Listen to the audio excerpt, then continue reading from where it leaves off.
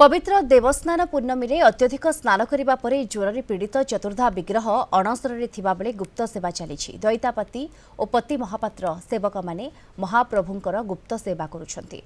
फुलुरी तेल लागि हेबा परे महाप्रभु धीरे धीरे सुस्थ होउछंती। गतकाली अणसर षष्ठी तिथि सुदुस्वारंक घर आसीथिबा उष महाप्रभु को लागि करा जायछि। श्रीमंदिर में मध्याह्न धूप सरिबा परे बेहरण द्वार दे दैतापति अणसर घर को प्रवेश करी महाप्रभु को उष लागि करथिबा बेले एहा अणसर नवमी पर्यंत चलिबो। दशमी रे चकाबीजे और दशमूल मोदक, एकादशी रे खड़ी प्रसाद, द्वादशी रे राजप्रसाद बीजे, खड़ी लगी और घणा लगी आदि नीति संपन्न करा। श्रीमंदिर राजवैद्यंक परामर्श क्रमे महाप्रभु आयुर्वेद पद्धति रे चिकित्सा करा जाउछि।